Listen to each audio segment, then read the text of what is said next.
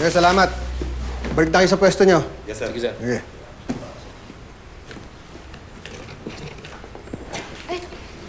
Ang dami naman pala ito, Tay. Baka masiba itong mga to eh.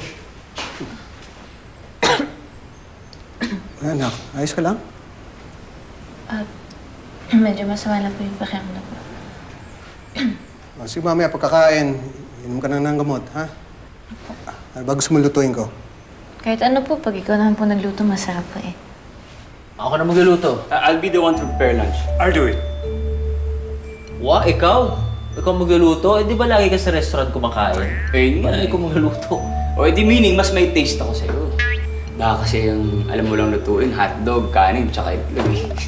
Joey, just sit there. I'll give you the best lunch. Sige. Kayong tatlo na lang magluto. Sasama ko muna to si Joey. Okay.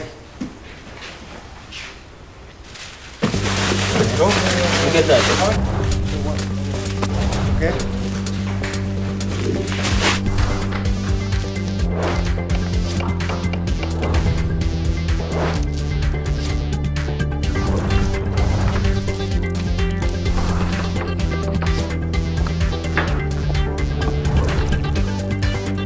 Okay.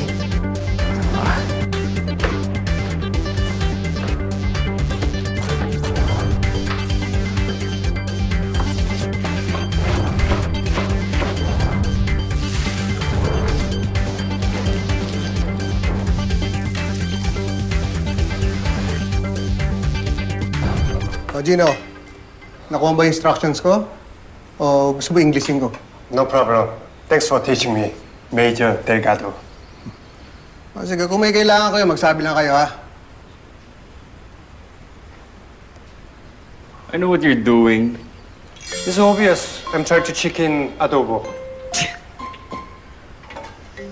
Sinusubukan ko ng sip-sip kay Major Miguel Delgado para kay Joey. Seems like ostrich to me. So big. So many. I'm just following the recipe. And you know, Joey's gonna love this because it will taste like her father's dish. What are you cooking anyway? What? Secret. What the heck is that? Huh? It's yuck. Look. Look, you smell. Mmm, so good. Bad. I'll show you, man. Say what you wanna say. I'm sure you're gonna embarrass yourself. No, it's really masarap chicken adobo. I'll show you. No. This, saranghe. 사랑해. Yeah. It's markita adobo. Opta. Kyopta.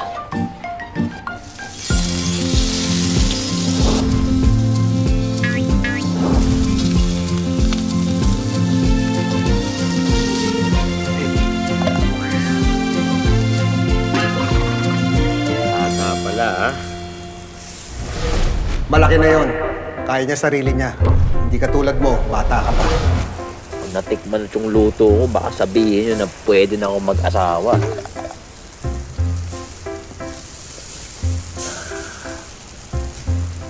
Siguradong may inlove ka sa papakahay ko sa'yo, Joey.